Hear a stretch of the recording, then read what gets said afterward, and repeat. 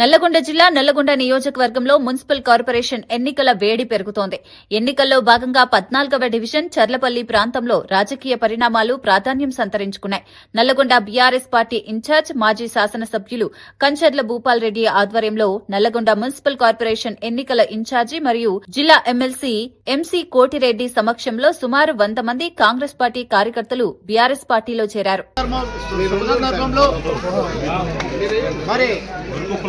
అన్నగారు కండువా కప్పి ఆహ్వానించినందుకు వారి కృతజ్ఞతలు తెలియజేస్తున్నాం.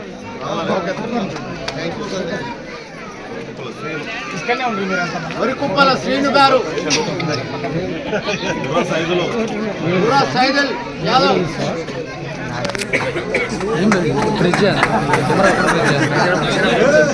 తమ్ముడు మొదటి నుంచి ఉన్నాడు, కాకపోతే మధ్యాహ్న దూరంగా ఉన్నాడు కాబట్టి ఉన్నారు. నాతో పాటు ఈ కార్యక్రమంలో పాల్గొన్నటువంటి గౌరవ మాజీ శాసనసభ్యులు నల్లగొండ అసెంబ్లీ నియోజకవర్గ బీఆర్ఎస్ పార్టీ ఇన్ఛార్జి అన్న భూపాల్ రెడ్డి గారు, మాజీ గ్రంథాలయ సంస్థ చైర్మన్ మల్లికార్జున రెడ్డి గారు, మధుసూదన్ రెడ్డి గారు, గారు, ఈ 14వ డివిజన్ కార్పొరేటర్గా మీ ముందుకు రాబోతున్నటువంటి బుజ్జా వెంకన్న గారు, ఈ కార్యక్రమంలో పాల్గొన్నటువంటి గ్రామ నాయకులు, గ్రామ పెద్దలు, ఈ కార్యక్రమంలో పాల్గొన్నటువంటి సోదరి మనందరికీ నా హృదయపూర్వకమైన నమస్కారం. అన్ని విషయాలు అన్న భూపాల్ రెడ్డి గారు చాలా సవివరంగా చెప్పినారు. రేపు 11వ తేదీన, అంటే ఈరోజు 2వ తారీఖు, కరెక్ట్గా 9వ రోజున మీకు ఇక్కడ ఎన్నికలు జరగబోతుంది. ప్రధానమైనటువంటి పార్టీ మన బీఆర్ఎస్ పార్టీతో పోటీపడేటువంటి పార్టీ కాంగ్రెస్ పార్టీ సుదీర్ఘకాలం ఈ దేశాన్ని పరిపాలించింది, ఈ రాష్ట్రాన్ని కూడా పరిపాలించింది. బీఆర్ఎస్ పార్టీ 2014 నుంచి 2023 పరిపాలించి, అందులో ఈ నియోజకవర్గంలో భూపాలన్న ఎన్నికైన తర్వాతనే బీఆర్ఎస్ పార్టీ శాసనసభ్యులు ఇక్కడ ఎన్నికైనట్టు బీఆర్ఎస్ పార్టీ ఈ నియోజకవర్గాన్ని పరిపాలించి 10 సంవత్సరాలు. అంతకుముందు మొత్తం సుదీర్ఘకాలం ఈ నల్లగొండ నియోజకవర్గాన్ని పరిపాలించింది కాంగ్రెస్ పార్టీ. ఒకసారి ఆలోచన చేయండి, అన్న భూపాల్ రెడ్డి గారు మీకు అన్ని విషయాలు చెప్పారు.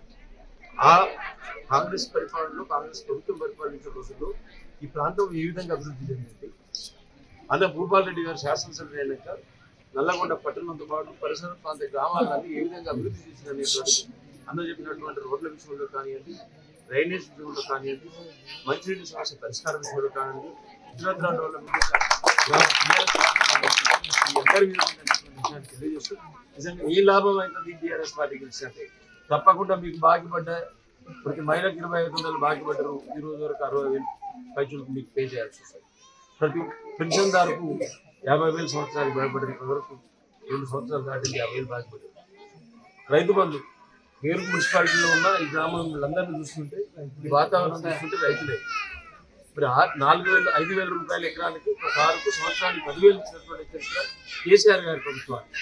ఎన్నికలలో ఈ మాయమాటలు చెప్పినటువంటి ముఖ్యమంత్రి, నేను వస్తే కారుకు ఎకరానికి 7,500 ఇస్తాను. 7,500 కదా, ఇచ్చే 5,000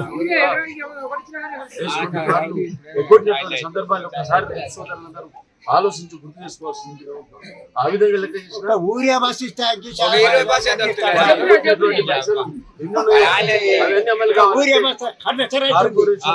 బీఆర్ఎస్ పార్టీ ఇక్కడ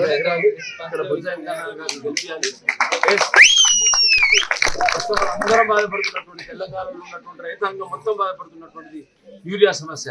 ఇక్కడ రైతు ఉంటే 50 కిలోమీటర్ల దూరం పోయి యూరియా తీసుకోవాల్సిన పరిస్థితి. దానికి అయ్యే ట్రాన్స్పోర్టేషన్ ఏంది, ఏ ప్రయాసాలు ఏంది, ఏంది రైతుకు వచ్చినటువంటి ఇబ్బందులు. ఒక్కసారి తిరిగి పూర్వం అందరం సుఖ సంతోషంతో ఉండాలంటే తిరిగి కేసీఆర్ ఈ తెలంగాణ ప్రాంతానికి శ్రీరామ శిక్ష అంటే శ్రీరామ రక్ష, ఈ అందరూ కూడా కేసీఆర్ గారిని గుర్తుకొస్తున్నారు.